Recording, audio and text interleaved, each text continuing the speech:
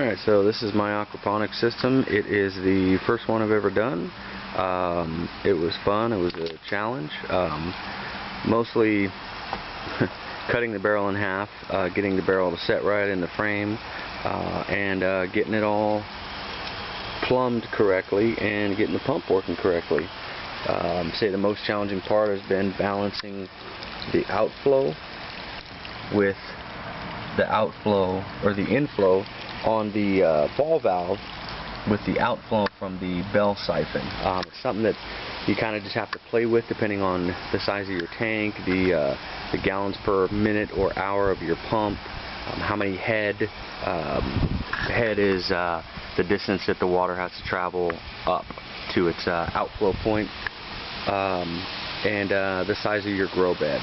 I've been playing with it for about a week now, just balancing it out. I finally filled the bed up today with the lava rock, the medium, and everything seems to be working perfectly. It's cycled about 20, 30 times since I finished it this morning, and everything's looking good. Okay, so basically what I did is I took a 55-gallon drum and I cut it in half lengthwise. The approximate dimensions of the drum were 37 high and 23 wide as far as the diameter of the barrel. So each section is approximately 37 long by 11.5 deep. It's very important when if you use this type of barrel, when you cut it in half, you make sure that you do not cut through the bung. Okay? Don't cut through that. If you do cut through that, you just ruin the barrel. Make sure you have at least one bung, if there are two, on the bottom of each side of the barrel. You can use this as a secondary drain if you need to. Let's see what else. The frame itself is approximately 26 left to right. The way we're looking at it now, 37 front to back, and 40 high. It's basically just 2x4s. Once I finish transplanting and making sure that everything is working correctly, I will cover the outside with either cedar or redwood or something so it looks nice, and so my wife doesn't yell at me for putting another crappy thing in the backyard. The pump, basically it's a it's a Lang 3400 1/20th of a horse RPM fluid pump. I got it from work. A lot of people might not have access to something like this for free. You can buy one. Depending on the style you get, these go for anywhere from $120 to $180. You can start off with something as simple as a $30 submersible aquarium pump from Walmart. It's up to you, entirely within your budget. I use all 3/4 inch PVC. Some places I've reduced it to restrict the flow, or I have, this used to be a carbon bed filter, but I've since changed it out for just a straight cloth and medium filter. All it needs to do is just filter out some of the solids before they enter the actual impeller housing for the pump. As you can see, the water is kind of dirty because I put the new lava rock in this morning. This will filter out in probably about 6 or 7 more hours. It'll be almost crystal clear by the time I get up tomorrow morning. But as you can see, the water here is crystal clear. So it's being filtered, it just has to turn it several times. I would say the most challenging part of this was not just cutting the barrel in half and figuring out how to do that correctly, but if the barrel has been used and reused and used and reused, it's not going to be a perfect cylinder. It's going to be kind of cocked a little bit. So you have to take that into account when you go to put it into your frame. Once you put water and rock and medium in it, everything will sort of level out. So don't be freaked out if when you get it all framed out and squared up and then you set it on the ground and it's empty and one of the legs is not touching the ground. That'll all balance out. I had the same problem. The second most challenging part was balancing the inflow from the pump with the outflow of the bell siphon. because I'm using such a, I guess, a high-powered pump, it's restricted a good amount right now. It's probably cut down to a third of its max output. But because I'm using such a high output pump, I had to put a ball valve in here to restrict the inflow, because my outflow is only a ½ inch. So the tank would fill up and stay full at max inflow, and it wouldn't drain fast enough. So that's something that I've been playing with for about a week off and on. It's been a challenge, but it's also been fun at the same time. My outflow is simply a bulkhead fitting with a ½ inch OD, or ID I should say, to a ½ inch T, another 12 inch ½ inch nipple that I cut in half, and then you can't see it right now, and I'm not going to hang my camera over the water, but underneath, on the underside of the pipe, there are holes drilled, 6 per side, and once the water starts draining out, it pours into the tank and aerates the water, and it cycles about, I'd say 4 to 5 times an hour, maybe even 6. I haven't really clocked it this morning since I put the rock in, but it does it several times an hour, which is great, because you want to turn your tank at least 3 times an hour so that any ammonia that you have is being moved through your filter medium into your lava rock, where your bacteria growth is going to break it down into nitrates, or nitrogen, fish or plant food. Like I said, this is my first one. This is the first video I've made of it. It looks kind of rough right now, but like I said, I promised my wife that I would frame it out, that I would trim it with something nice and stain it so it looked nice. I transplanted the eggplant yesterday, as well as the okra. They seem to be doing fine still. I just transplanted this strawberry this morning, and this melon this morning as well. There are several fish in there right now. There's probably 13 or 14 fish, some small goldfish, and then some other ones, some edible kind. I'm not going to tell you which though. Let's see. Everything seems to be working good. The bell siphon is essentially a 2-inch piece of ABS with a cap on it. I have a 1-inch piece of PVC reduced down to a ½ inch.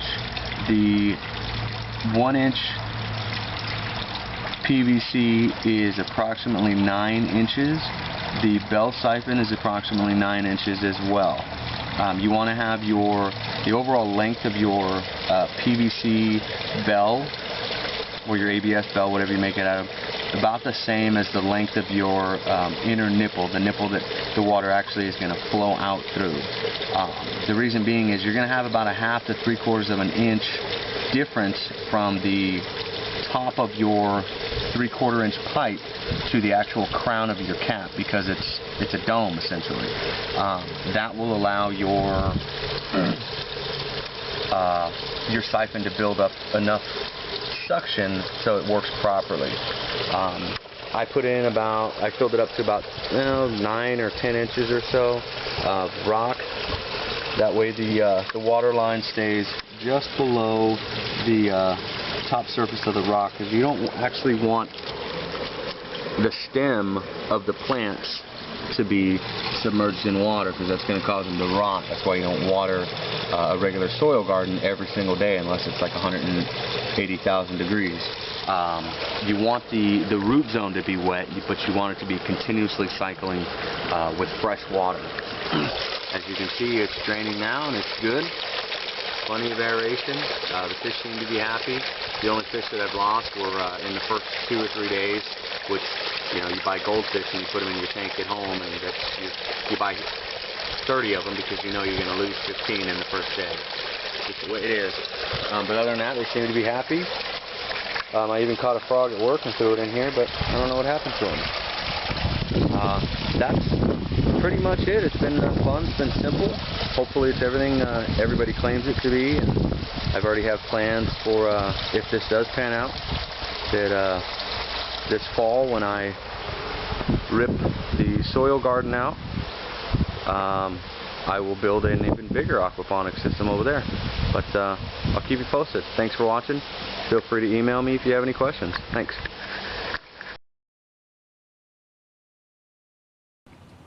So this is my aquaponics system. Down below I have a fish tank and one large fish down here. He's kind of a sucker fish that cleans the tank. I also have a couple of small tetras. 3 small tetras, 2 kind of ghost fish. I don't know if you can see them in the tank. And then inside this piece of wood there's actually 3 loaches, clown loaches, so the yellow ones with the white stripes. Up above is where my plants are growing, and right now I'm just growing mint, so that's the only thing I'm growing. I found that I did grow some lettuce, and I was actually growing a tomato plant, but because I only have one light source on top, when the tomato plant started growing too high, the ones down below weren't getting enough light, so I found that I would only grow, you know, one type of plant at a time. So right now I'm doing mint, and you can see it's growing. I've already cut a lot of them because they've grown too big. So it's kind of nice, and it's taken over the whole system. This actually started from one plant. The starting plant is over here, down there. Then it kind of expanded, and since then I've actually taken some snipping or clips, and I've actually replanted them as well. So there's one back here that I've replanted, and it's doing really well as well. Now the way this system works is it is an ebb and flow system. So from my tank I have a pump down here, so it sucks up the water. That water goes down into a canister. So that comes down at the base. There is a canister which then pumps the water back up into my system where I'm growing my mint. And in here it's just a bucket with some rocks in it. So these are just the pebbles. And what happens is it fills up with water. Once the water reaches a certain height, it starts flowing down this tube, in the tube back into the tank. And so it does fill up. You can see the water's rising right now, and it will reach a certain point. If I open this up in here, it's actually a bell siphon that I'm using. So what happens, let me just pull this off. What happens is it reaches a certain height, and then the water starts flowing down the tube.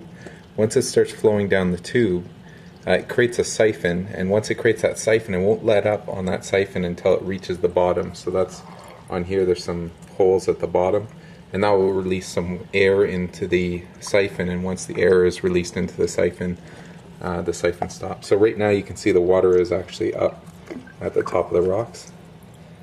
And I'll just put the bell back on.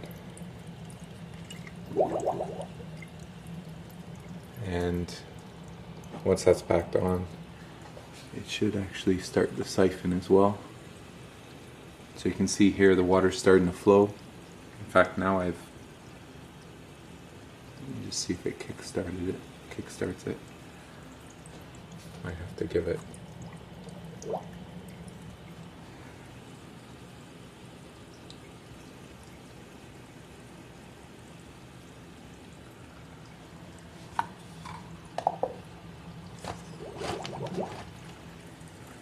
So here you can see the siphon has started, and it's going down.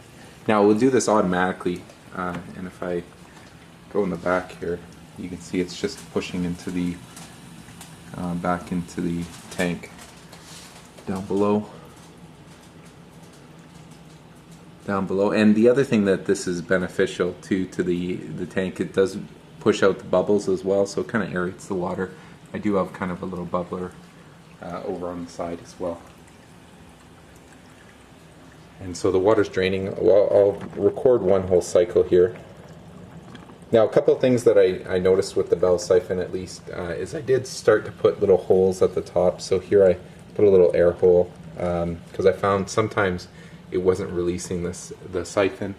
And the other thing down here is I found it was really good to put this elbow in because that kind of kick starts the siphon as well. So if it's just a straight tube going down, sometimes I found that the siphon didn't start up. So it did stop. So you can see here there's no water going through. And so that means that the water is actually filling up in the bucket. I don't know if you can see that line of water that's slowly going up. And then once it reaches a certain height, I'll go down here to the tube.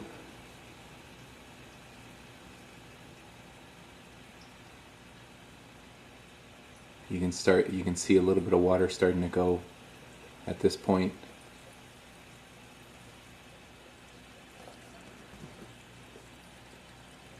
And then it starts getting a little bit faster. And then eventually it will kick in and it'll just start sucking all the water out.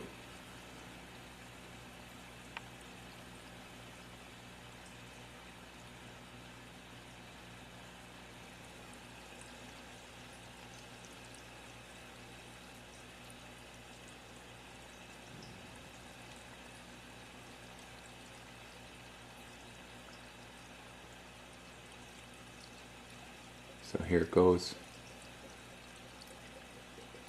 and now it's going to take all the water. And so now if I looked at the water level, you'll start to see the water level drop slowly, and then at some point it will stop. Once it reaches a certain level, the air is going to get into that bell. Once that air gets into the bell, it will stop the siphon.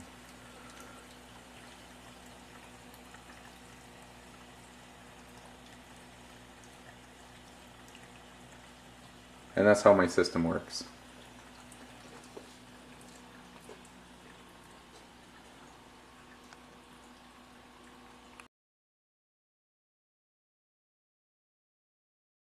Okay, so here's just a quick rundown of the first IBC / swimming pool aquaponics setup that I've made.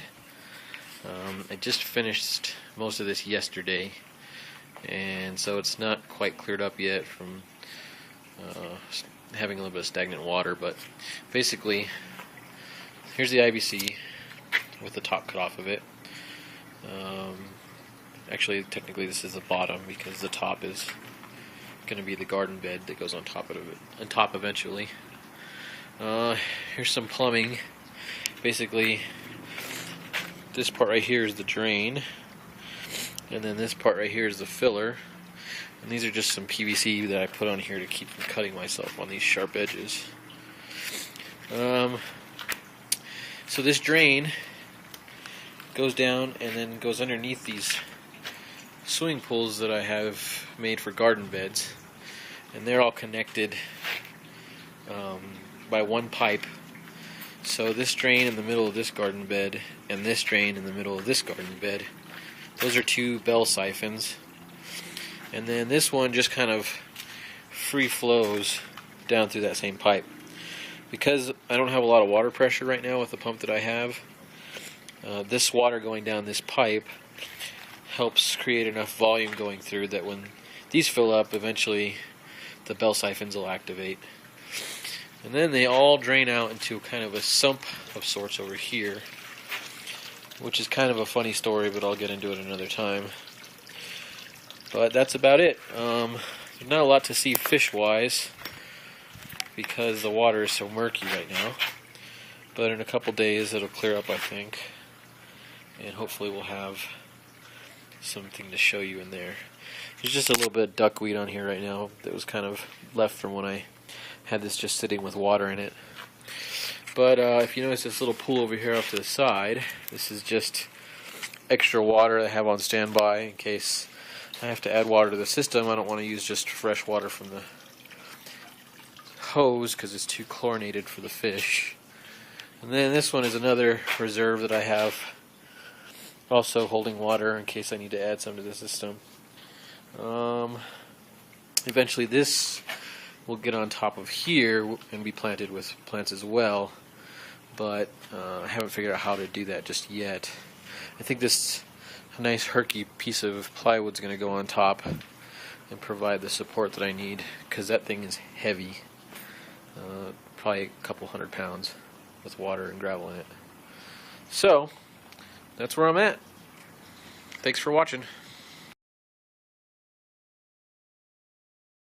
Okay, I'd like to demonstrate here what we've done with our aquaponics system in using the minnows or mosquito fish, Gambusia offens. This entire aquaponics system has turned into a mosquito-eating system. So if I move these little flats, this is oriental greens right here. I'm going to move them out of the way so you can see what's underneath.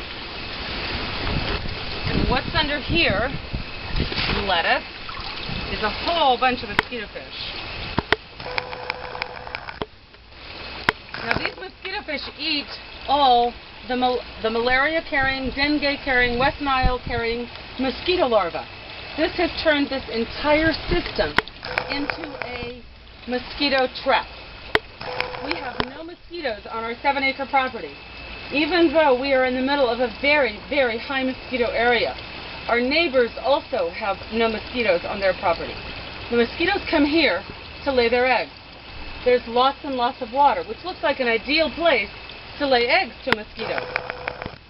But instead of the larvae hatching and living in this still water, this still fresh water, the larvae are eaten by mosquito fish. That is what has turned this entire system into a giant mosquito trap.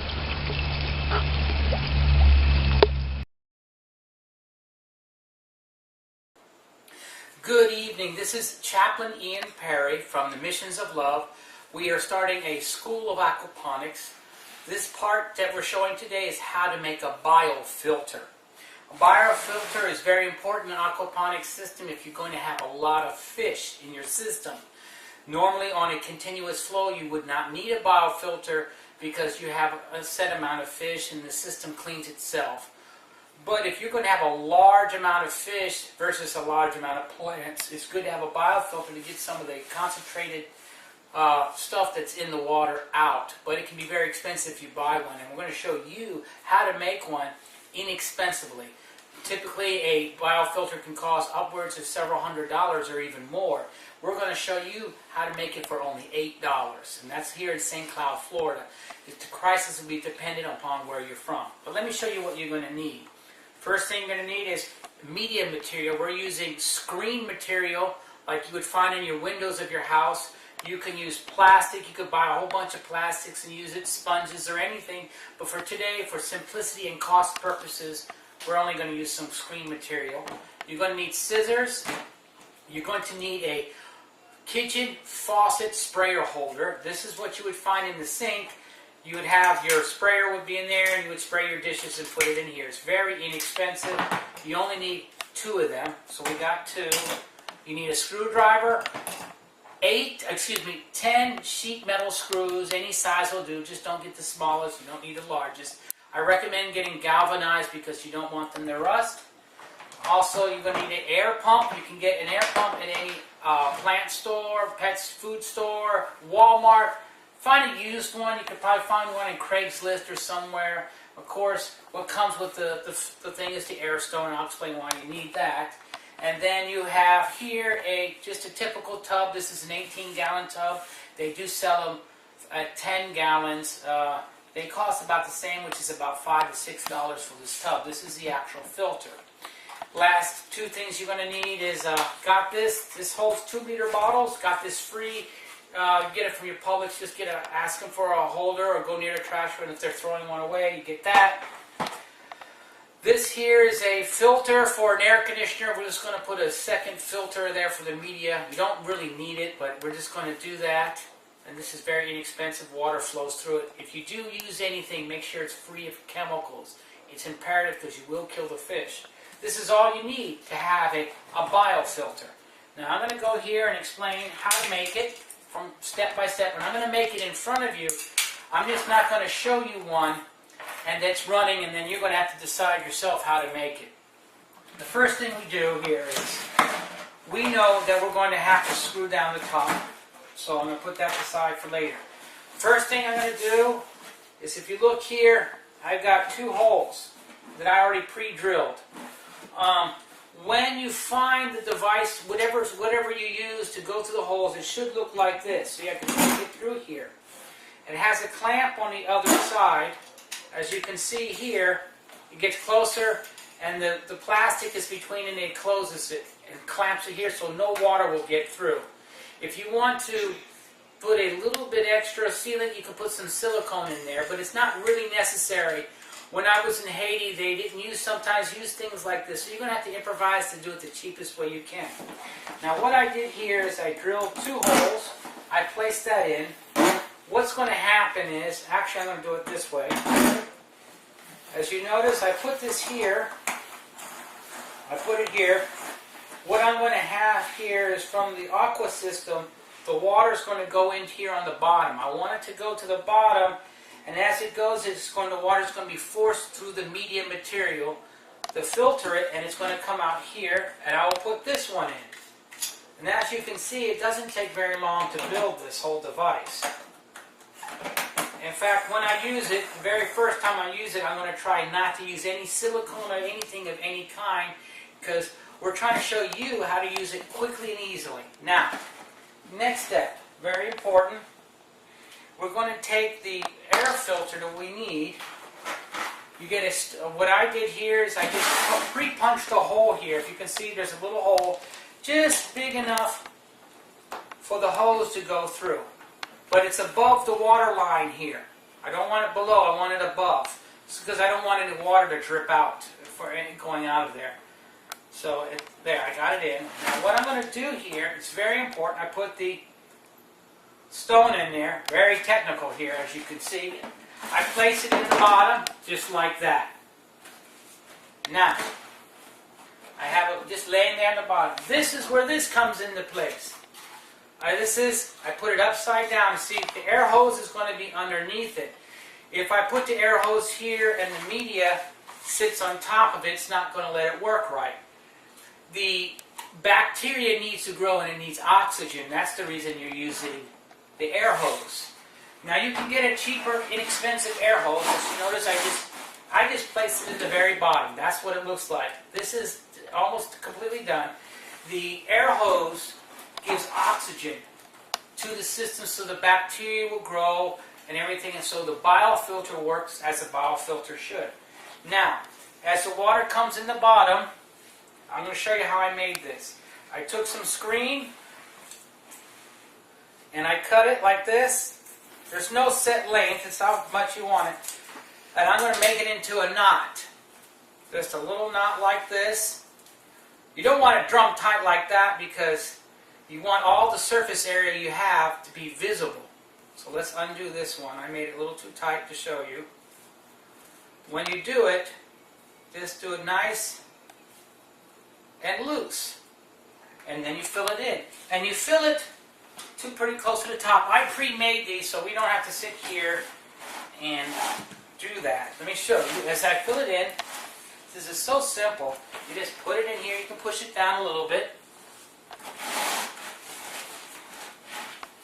There we are. And I will show you what it looks like when it's full. As you notice, this is what it looks like. Very simple. Now, if you want to use the green scrubby pad that I showed you, I would put this like this. Okay, water can still flow through it. As you notice, make sure this is not occluded or closed like that. You want it underneath it. So what I did here, to make it simple, it breathes, so it's like a two-stage filter. Notice it's like that, no chemicals. Water's going to be forced through it, come to the top. Now, notice this hose here hooks to the water pump. Now, I do recommend this. When you do make this in such a way that you doesn't use a lot of power.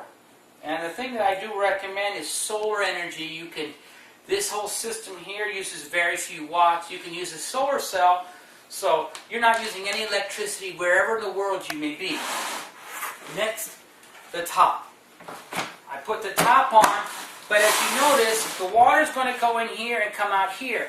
If I don't secure the top, what's the first thing that's going to happen when I fill it with water? It's going to pop up, water's going to be everywhere. So what we did, we took the screws like this. We have a hex screwdriver. You can use a regular screwdriver, whatever size screw. I do recommend a screw about this size here. The package says this was a number 10 5x8 screw. Just, you don't have to stick to a certain number screw. I do recommend putting, as you see right here, I'm just going to do this. You just put in a hole. If you look closely, we put a screw here beside the handles, right here. And I did these other two here. Now, if for some reason the hole will get messed up because it is a sheet screw, you can definitely put it in front of you when you do it. You can make the holes in a different spot if you need to, so you don't have to go buy another container and start all over. There we are.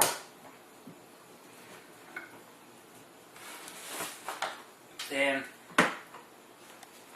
put this screw in here. Now you don't need a drill. The reason we're doing it like this, simplicity is critically important. If you were to be in a place such as where there's a tornado, a disaster happen, you can't afford to buy a lot of things, or you're in an area you just don't have the money.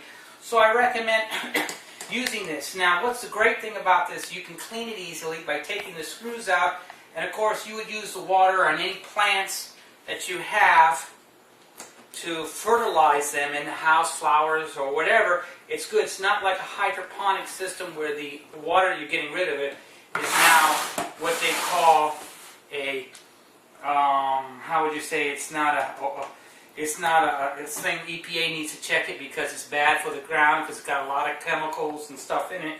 This is purely natural because we're using the aquaponics system. And you will be seeing that we're going to be teaching you a two-step system that you can use this. Simplicity. Again, we're showing you because we want you to know that it's a free thing that we're showing you to do, step by step. You can modify this, make it better, worse. This is just simple. You don't want to spend a whole lot of money because if you don't have it, you can't. And this is how it works. This is a complete system. This is all it is for a biofilter. $8 and you have it. Now I look forward to seeing you. If you have any other questions, feel free to call, write me at ki4ngz@yahoo.com. You can look at our YouTube site. We have a lot of pictures and questions. Feel free to email me or leave a comment, and we'll help you in any way we can. This is Missions of Love, School of Aquaponics, and may you have a good time growing something.